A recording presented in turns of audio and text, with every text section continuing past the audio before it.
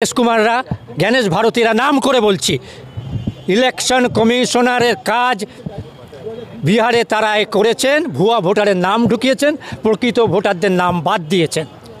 এবং দেখবেন এরা প্যাথোলজিক্যাল আদিবাসী বিরোধী, দলিত বিরোধী এবং মুসলিম বিরোধী।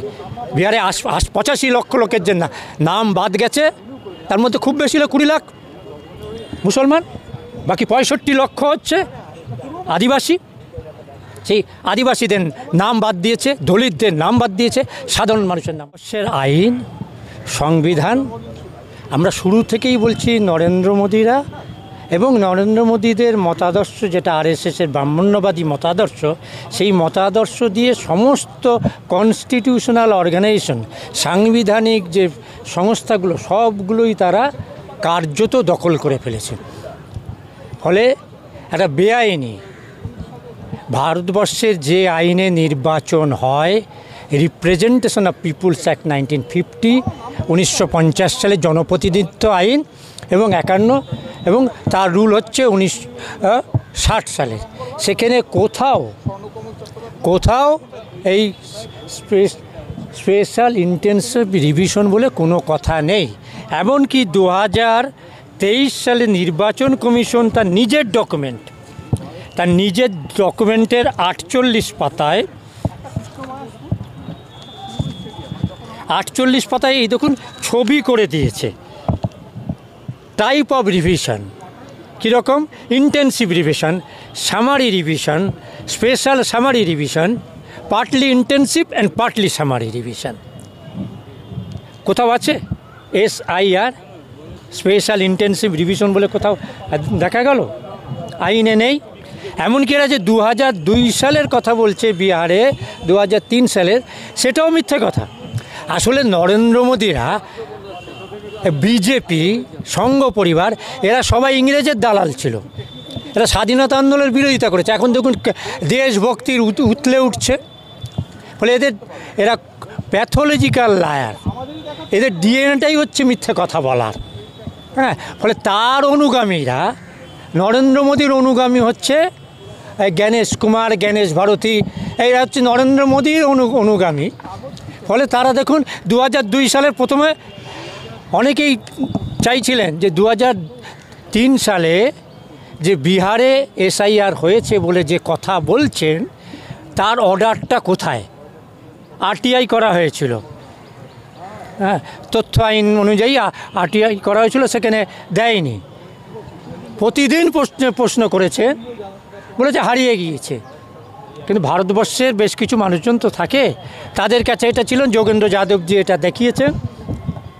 এবং এখানেও দেখুন কি বলছেন: electoral Rolle's special revision of intensive নেচারের স্পেশাল রিভিশন, এটারও যদি অ্যাব্রিভিয়েশন করেন SRI হয়, SIR হয়।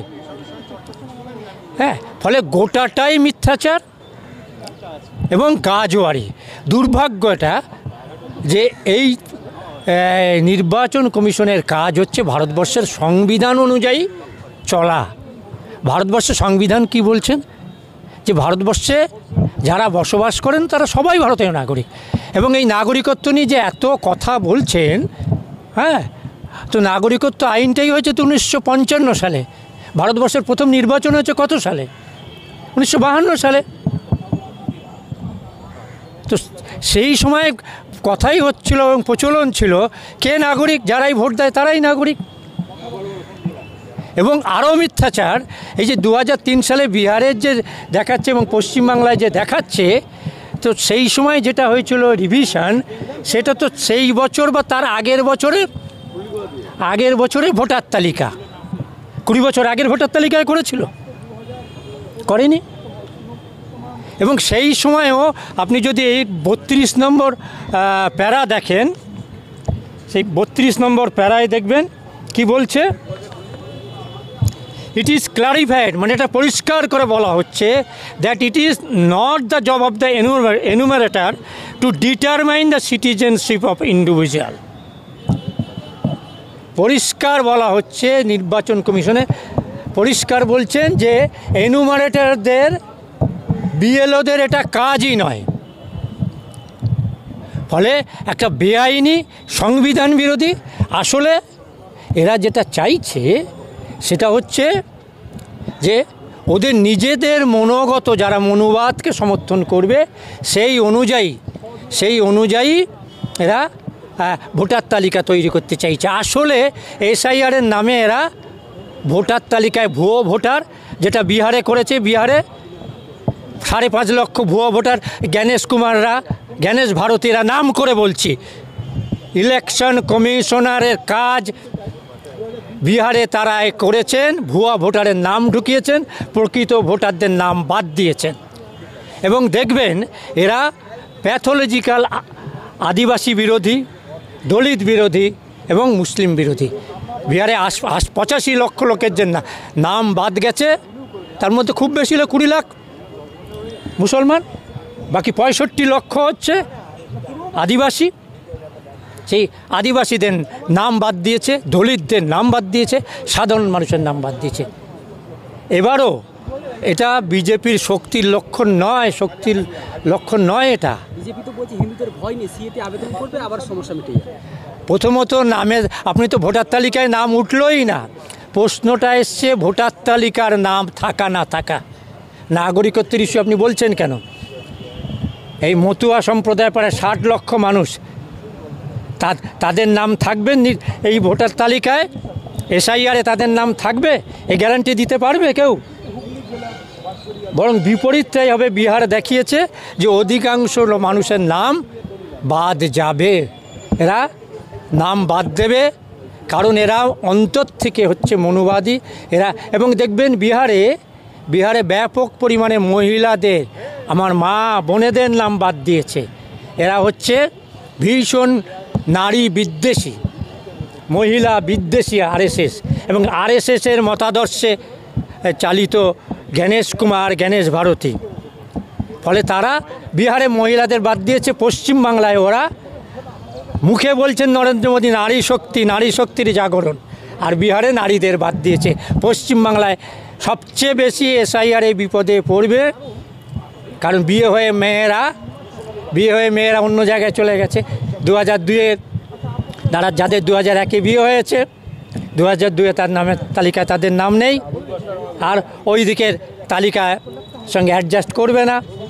ফলে মহিলাদের প্রচণ্ড বিপদে এরা ফেলছে। ফলে এই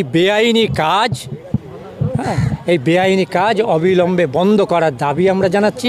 এবং আগামী 5 নভেম্বর আগামীকাল, আজকে আমরা সাংবাদিক সম্মেলন করলাম, কাল থেকে শুরু হবে এই বেআইনি কাজ। 5 তারিখ ধর্মতলায় 2:30-টের সময় এলিট সিনেমার সামনে, কর্পোরেশনের গেটের সামনে আমরা বাংলার সমস্ত শুভবুদ্ধি সম্পন্ন মানুষ, যারা এসআইআরের বিরুদ্ধে, যারা মনুবাদের বিরুদ্ধে, যারা সার্বজনীন ভোটাধিকারের পক্ষে যারা, তাদের সকলকেই আসতে বলছি। ভারতবর্ষের নির্বাচনী আইন পৃথিবীর মধ্যে অত্যন্ত গুরুত্বপূর্ণ, কারণ আমরা দেখিয়েছি যে ইংল্যান্ড এবং আমেরিকা, যারা উন্নত দেশ বলেন, তাদেরও মহিলারা 65 সাল এবং তারপরে ভোটাধিকার পেয়েছে। ভারতবর্ষের মানুষ 1952 সালে ভোটাধিকার পেয়েছে, স্বাধীনতা আন্দোলনের উত্তরাধিকার সূত্রে যে সংবিধান, সেই সংবিধান মেয়েদের ভোটাধিকার দিয়েছে। ফলে এরা মেয়েদের ভোটাধিকার কেড়ে নিতে চাইছে। এর বিরুদ্ধে আগামী 5 নভেম্বর আপনাদের সকলকে আবেদন জানাবো কর্পোরেশনের সামনে বেলা 2:30-র সময় আসার।